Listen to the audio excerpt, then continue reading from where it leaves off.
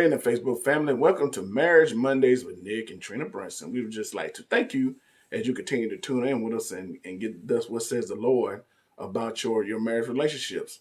And we've covered several different topics over the past year, and we just want to continue to cover information that would allow your marriages to get better, or just to make you aware of some things that may happen in your marriage that you can make better. So we just want to thank you for coming on with us tonight, and I think we have a good topic tonight that we could talk about and get some information out, and yeah, hopefully it'll make your marriage better. Yeah. So just welcome to everybody. As usual, we hope this is helpful. We do ask that you would share this Facebook Live with those who you think might benefit from it. They don't have to be a member of our church, Crown Kingdom Cultural Center. They can just be someone who's married and wants to have a better relationship. So we ask that you would share it or tag them. Just do something to make sure to help us spread the word, because that's what our goal is to reach as many couples as we can, and to just give some encouragement, and hopefully to teach some skills that you guys can employ in your relationship, and also to pique your curiosity and to pique your interest in different areas of your marriage that you might not have considered. And so the lesson tonight is very much along the lines of that. We just want to heighten your awareness of some things that you can be aware of in your marriage, so that you can address those issues.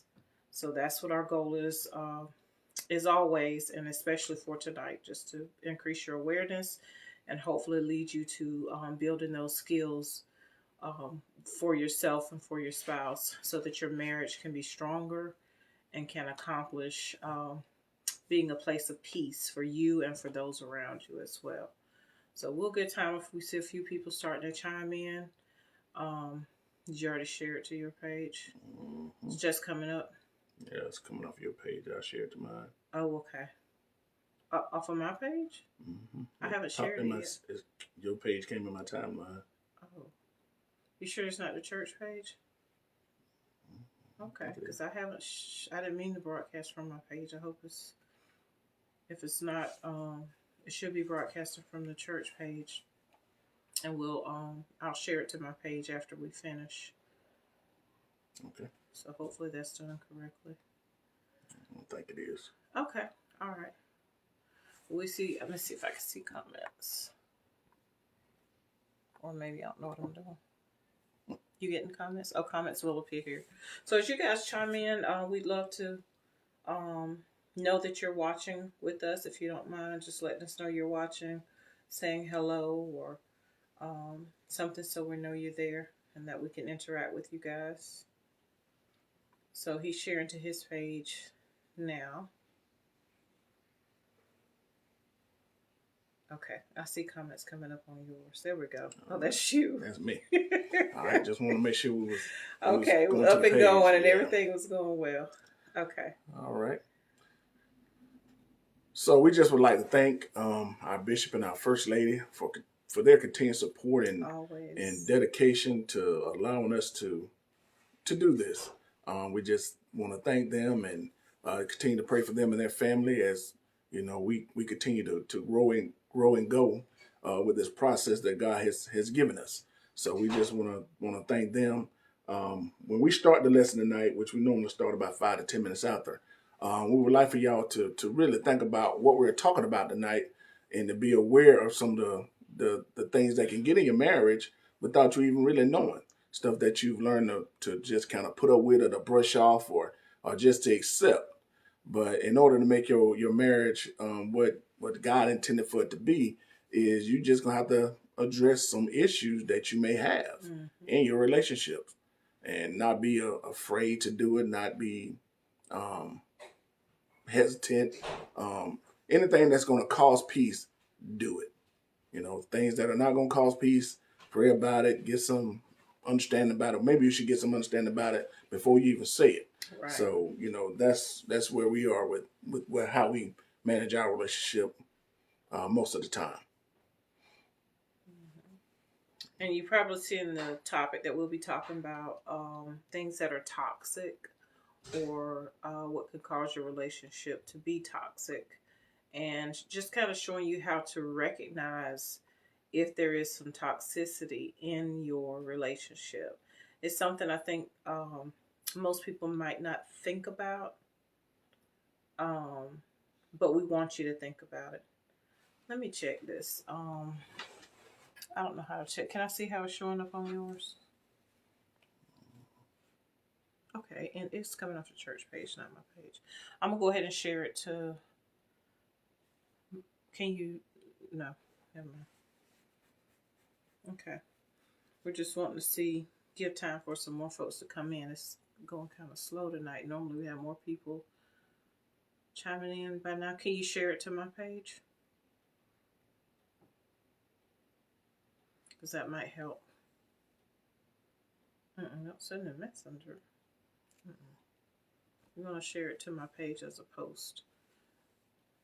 And that way we'll have more, because it looks, I'm not sure the word is getting out.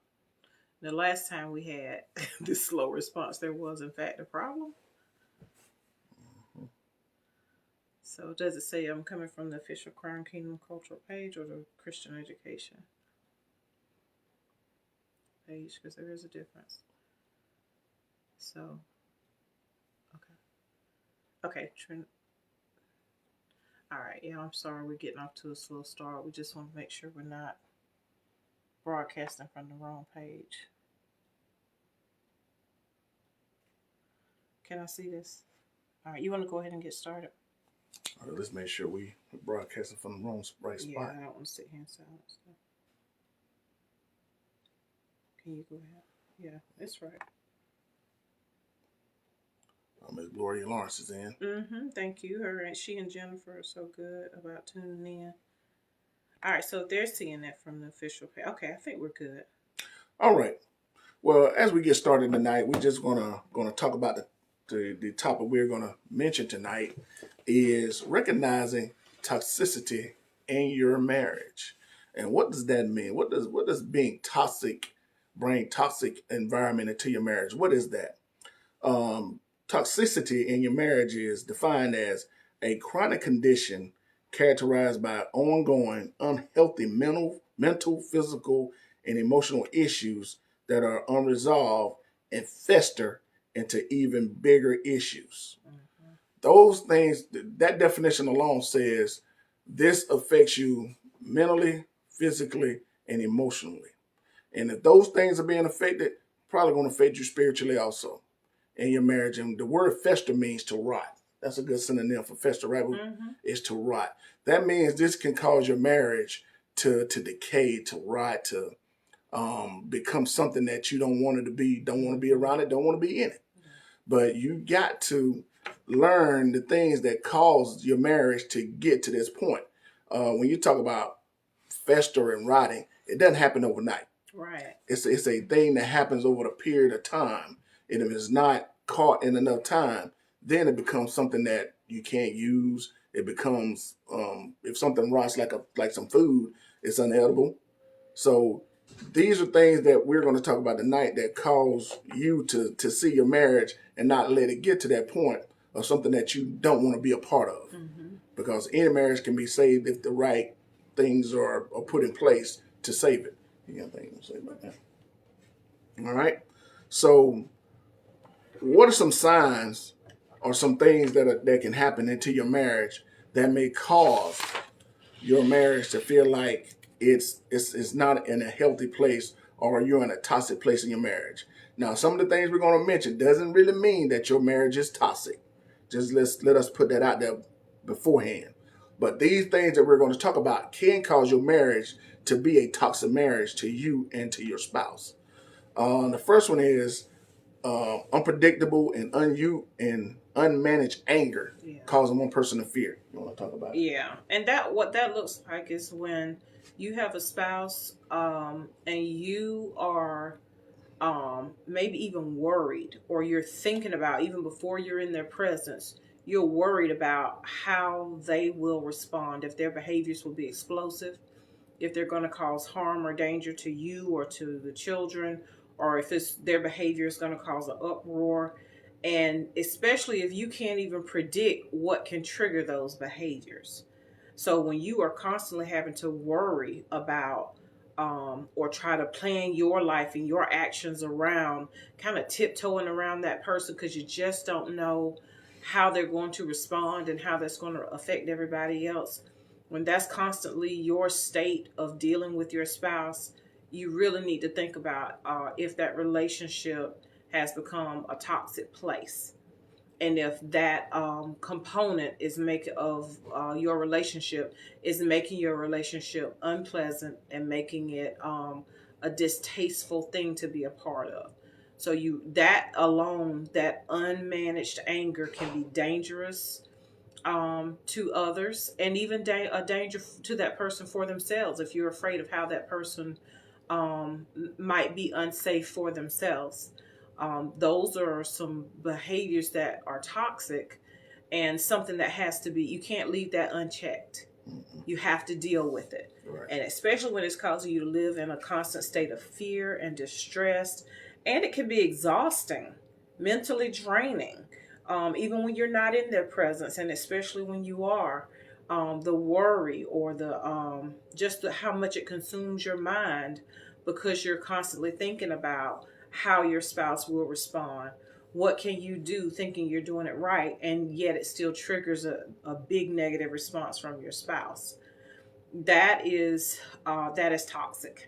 Right. And has to be dealt with. You can't just let that go and live in it as a state of normal. You have to address it. Right. Another thing that happens is another point that we got is you tend to hide to protect relationships from your spouse. And the meaning of that is I can't have relationships, especially female relationships, that Trina don't know about. I don't see no female friends that she doesn't have a clue about who I'm dealing with as far as another female, right. And I call them my friend, or I can go out and hang out with them, or I can do things with them that she don't know about. There's a level of distrust that can happen from a friendship like that. Mm-hmm. So what you need to do is we'll talk about what you need to do later. But with these particular friendships, that could be a sign of some toxicity coming into your marriage. Because when you feel like you got to hide a relationship from your spouse, especially for me, if it was a female, then there's something wrong. There's something going on, mm-hmm. or the perception of something going on. Yeah, so you don't want that perception. Toxic. That's definitely toxic. Right. And the next characteristic of a relationship that could be considered toxic is when you're always on the defense with your spouse. There's never any, I can't say never, I hate to use never and always, but when the majority of the time you're on the defense with your spouse. Your interactions with your spouse is always it's like an ongoing, never-ending fight or never-ending battle, and you're always playing defense against your spouse. That absolutely is toxic. You're on the same team, mm-hmm. and if you can't work with your spouse in cooperation, and the two of you don't agree, how in the world can you move forward and building a life together if you're not in agreement, if you're constantly at odds with each other, constantly in battle, always on the defense, can't relax when you're viewing your spouse as your enemy? That is a huge red flag for some toxicity in your marriage.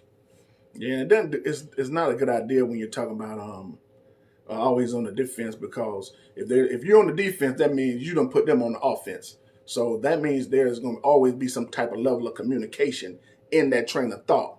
But what the train of thought you need to get to is we're on the same team. We're trying to go in the same direction. We're trying to do the same thing. Y'all might have different viewpoints in trying to get to the same place, but come together, talk about it, try to get on one accord, right. and make it where it's something that y'all come to together, instead of, okay, I'm not going to let her win this because I think I'm right. I'm not going to let him win because I think I'm right. So that right there in itself is how opponents view each other. Right. You should never view your spouse as your opponent, because it's going to create competition, therefore going to create arguments, therefore it creates unpeace. which is toxic. That chronic position of not getting to a place of peace, of always fighting against each other. That is a toxic behavior. It is. It really is. Okay. All right. Your partner is lying about the finances that are coming into the house. This is another thing we've talked about several times, where people have to get on the same accord with finances. However you choose to do it in your household needs to be a process that y'all set. Now, if there's money coming into the house that one spouse does not know about and the other person is having it or hoarding it for their own possession, then that's a problem. You know, when when it hadn't been discussed, or the other spouse doesn't know about it, that can be a problem in your household. That can lead to some toxic behaviors. Mm-hmm. And when toxicity comes into play with this, it can cause a lot of things to happen, and people don't want to be around folk that lie about money. Distrust, resentment, anger, being suspicious. There's a lot of those negative, toxic emotions and behaviors that come into play when you're talking about mistrust, having a spouse that is dishonest with the other in relation to money. Mm-hmm. That's a real dangerous area that has to be checked. You can't let that just go and say, oh, well, you know, he do what he want to do and I do what I want to do, and both of y'all unhappy about it.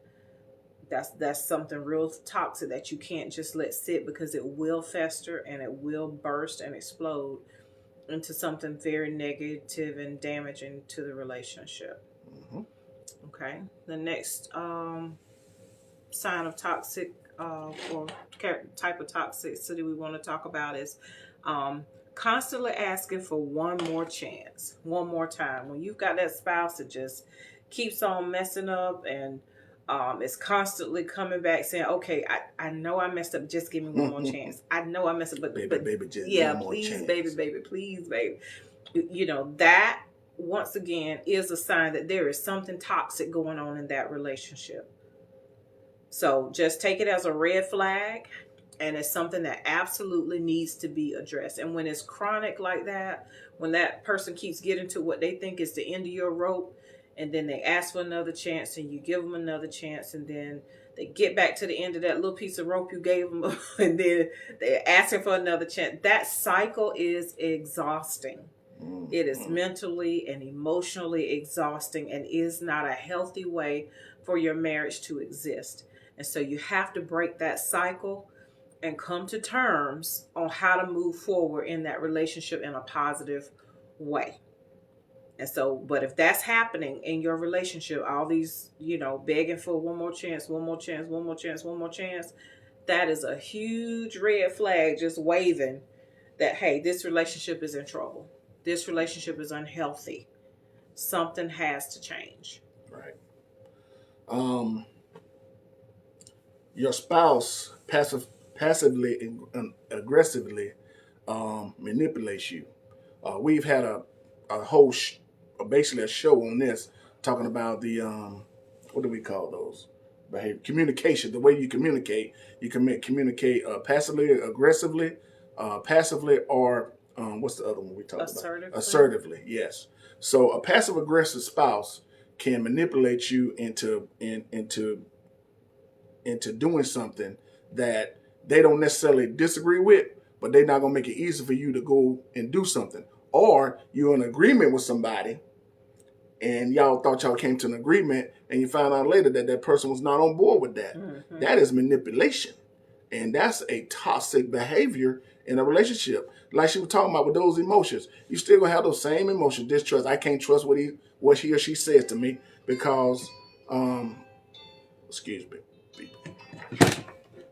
Well, can't trust what's been said because it's not the truth. Right. You're finding out that your spouse has agreed to something for whatever reason without expressing what is truly their perspective. And that shortchanges the relationship so much. You have to get both perspectives out on the table so that things can be dealt with. It is a very toxic behavior to try to manipulate your spouse from a passive aggressive standpoint. Yeah, that's very underhanded and certainly leads to resentment and mistrust.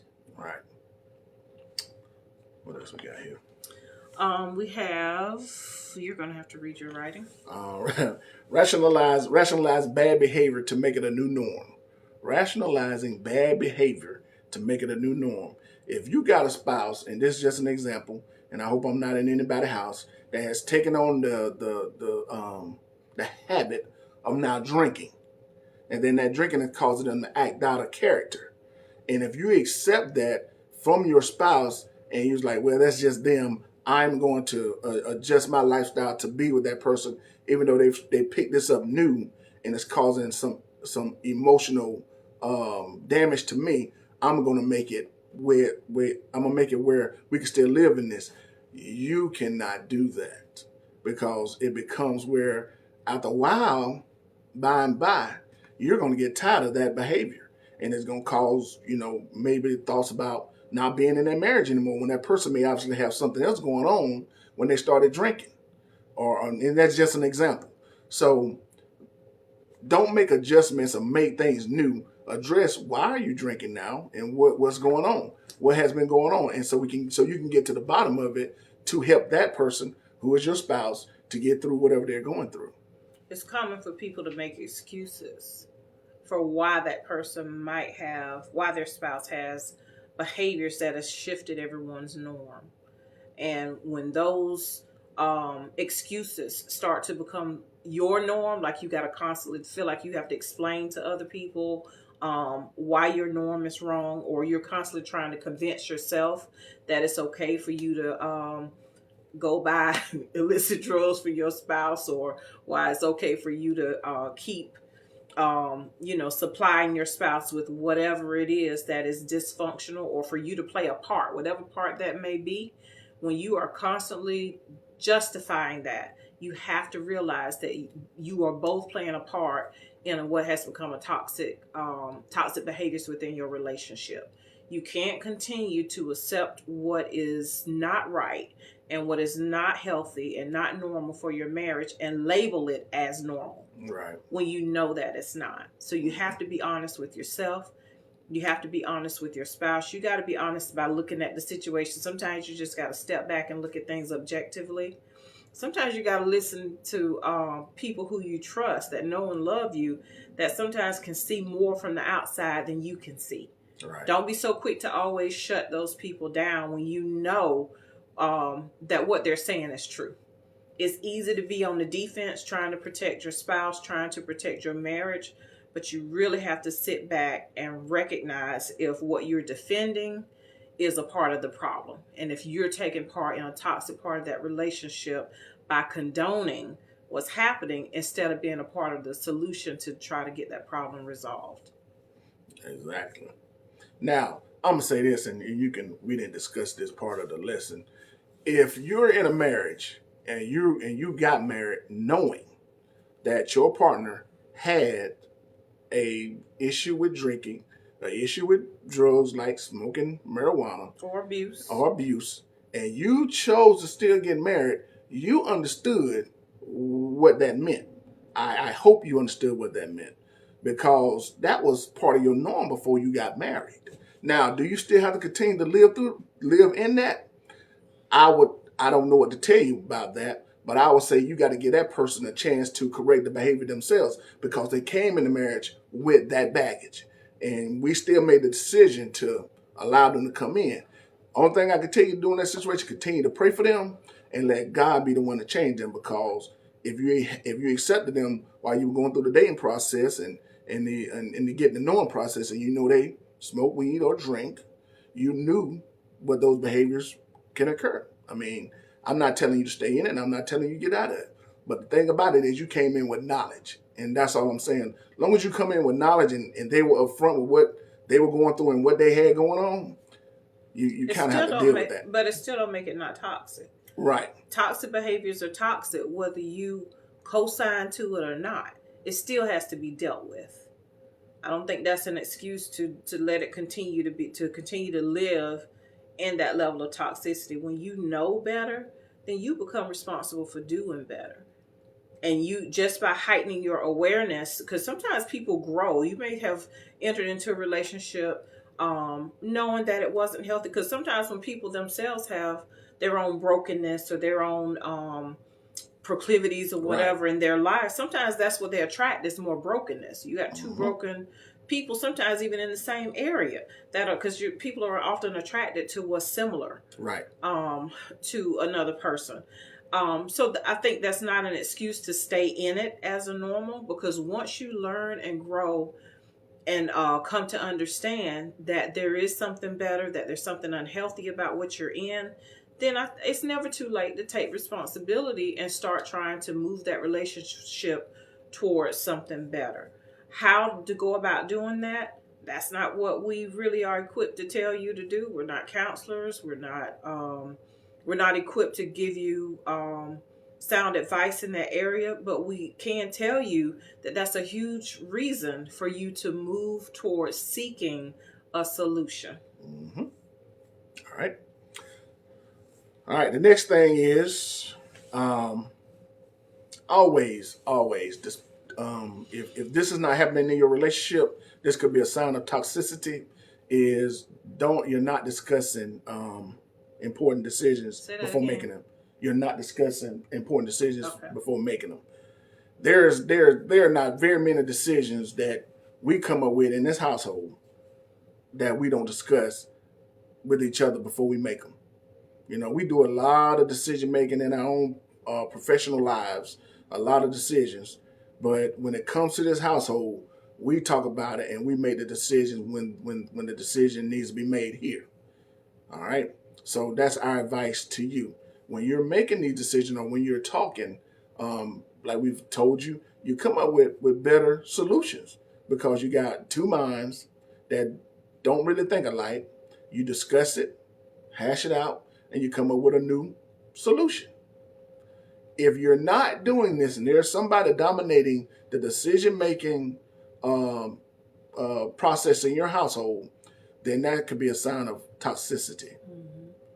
No one should be the end-all, be-all in any decision-making process in a marriage relationship. There should be a discussion between the two because both of y'all are equal people in that relationship, and that relationship should be any decision made that's going to affect that relationship should be discussed between you two. Yeah, and not to say that that we don't want to overlook the fact that the husband is designated as the head of the household, which has a lot to do with responsibility. And ultimately, if the two of you can't agree, then I encourage you. Sometimes you just have to make yourself and your spouse aware of your position as wife and say, you know what, I'm gonna defer to you as head of household since we're having some difficulty coming to terms on this. Of course, you want to pray about it and try to work it out. Sometimes you just have to agree that, all right, we're going to try it your way. And sometimes it can even go the opposite. Head of household might say, okay, we're going to try it your way. Either way, you want to be in agreement. Oh, we have Bishop Bush with us tonight. We are very happy about that. Can you read what he typed in? Because I can't see it. All right, I'll read it.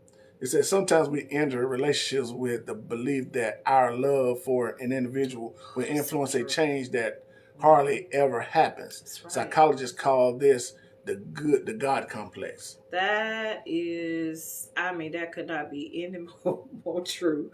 We think love will conquer all. And we go into these marriage relationships thinking that our love is enough to make this person change and become the better person. But we cannot believe that we are God in our spouse's life. That is highly dysfunctional. It's a common way of thinking, but it just doesn't work for you to think that you can cause your spouse to change. Growth is individual. It is. You grow together, but you're also growing separately. Particularly, we want to make sure that each of us is growing spiritually, and in every way we can, individually as well as together. We want to be on one accord for these things, but we have to allow each other room to grow and to develop. We got to all deal with our own demons, so to speak. People use that term. Don't know if it's the right term to use, but whatever challenges you have in your own life, things that you came into the relationship with, they don't go away just because you get married. Sometimes they're amplified in marriage. And so you have to continue to grow as an individual inside of the marriage, not outside. You want it to be a part of the marriage, but you can't lose your individuality, and you can't lose your individual reasons for growing and developing and being who God created you to be. Because the thing about that, with Bishop saying the God complex, you don't want to be somebody else's God in your marriage. Can't handle because you become an idol to that person. And if you become the idol to that person, then there's God's blessing can't be on your marriage because they're treating you like you're God. Well, God don't back up. No, but people have a tendency to create in that person. God only stands behind His word. Right. He don't stand behind your thoughts and ideas if they are outside of His thoughts and ideas.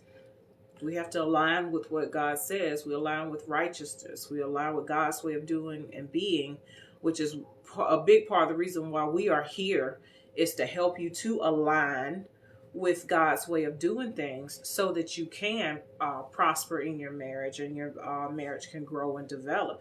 And sometimes, are we getting to the point where we're talking about things we can do?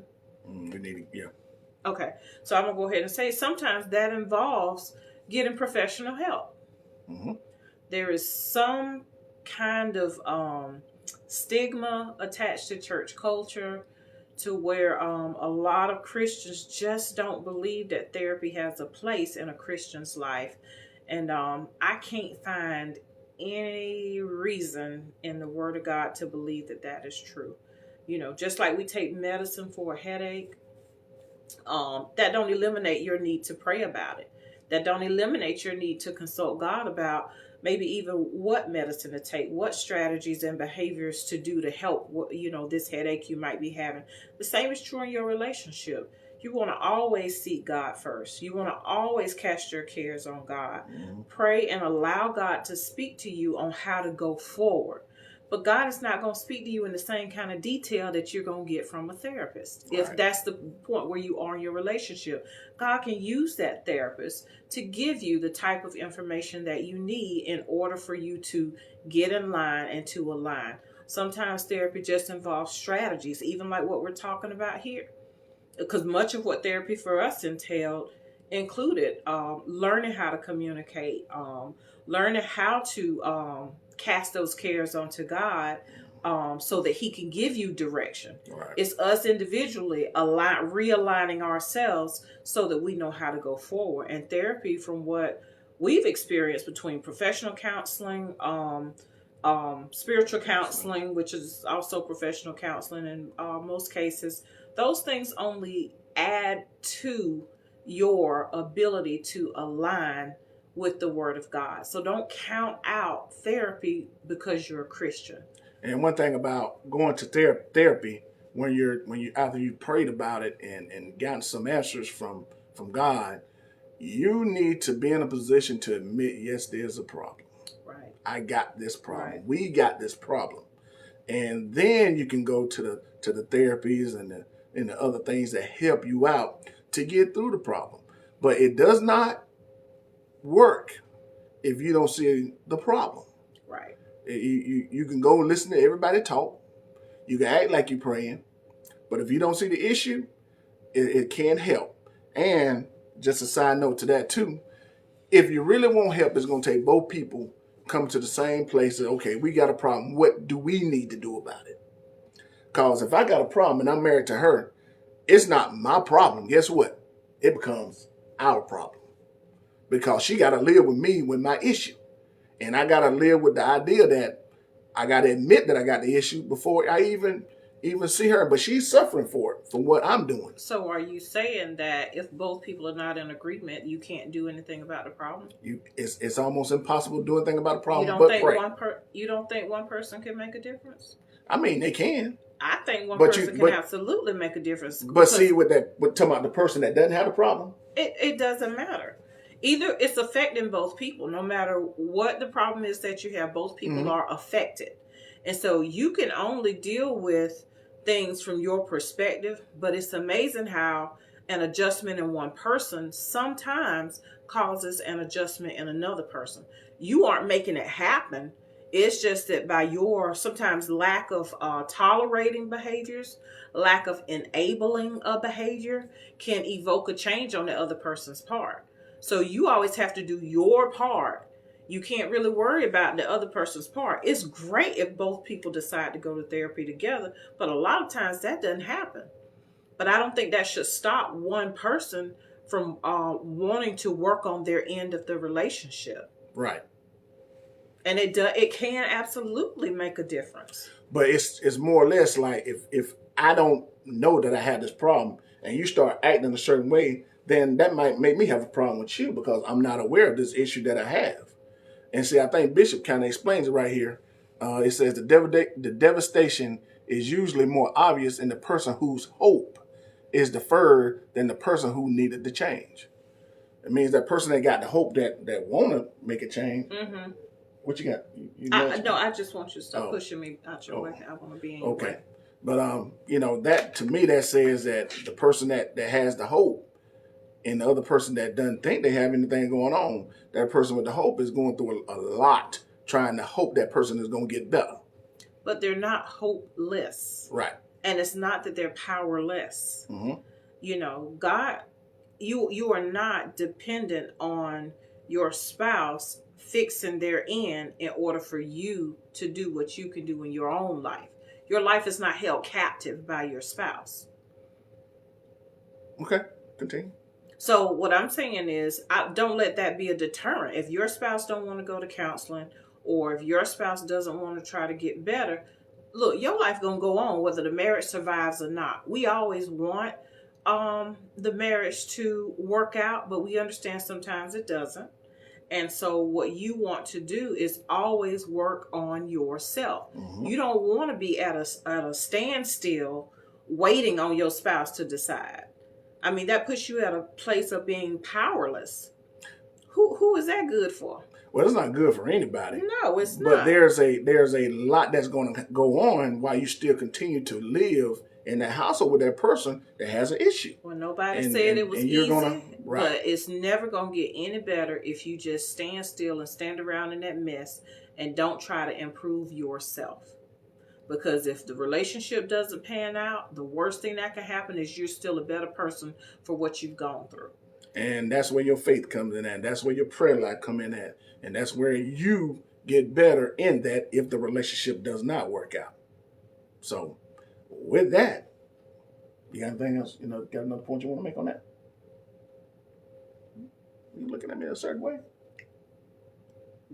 Let's move on. Okay. So with that was part of the issue with toxicity, because you can be living with a person that is maybe going through some of the things that we talked about tonight, and you have got to learn how to look at it, get into that relationship with that person, and maybe bring it up to them, and then y'all go through the right ways of trying to handle it and change it and make your relationship better. That's my final point tonight. You got another one you want to make? Did you read everything Bishop Bush Yep, I did. Okay. Oh, he was still talking about the God complex, right, and talking about hope. Yeah, right. Yeah. It is more obvious to the person that oh gosh, I wish I could read it.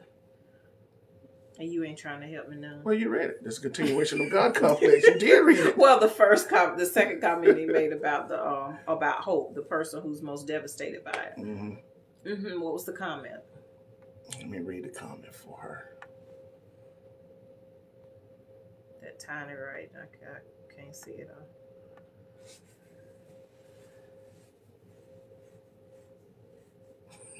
Goodness. Go one more. Okay, it's disappearing. Yeah. It's just elusive. It just keep on leaving. They don't want us to make that point. Yeah, but I think the gist of what he's saying is that the person who is most affected or who recognizes it or is sort of the victim of that circumstance, can be the one that has more hope, wanting things to get better. So I think that was in reference to the point he made. Bishop Bush, I hope we didn't mess up your point, that we got that point across. It's in the comments. So y'all can probably see the comments better than we can, actually, because they move along.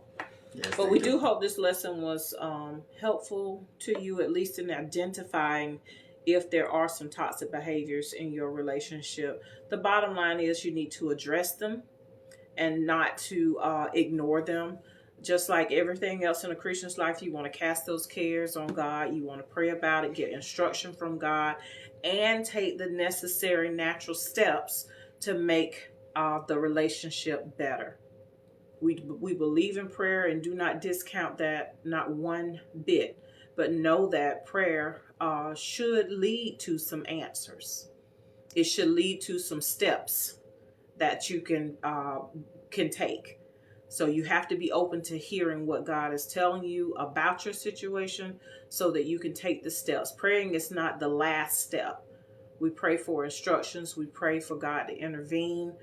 We pray for God to show us what to do, to give us knowledge, to help us to see clearly what's going on, and to give us connections for whatever next steps we need to make. Sometimes that may be therapy. Sometimes it may be you increasing your prayer time and your learning about a certain topic. Sometimes it can be seeking, going to talk with someone that God might send you to, or God may send someone to you to have some conversation with to help you. But don't be so quick to shut down everything and say, okay, I prayed about it, that's it.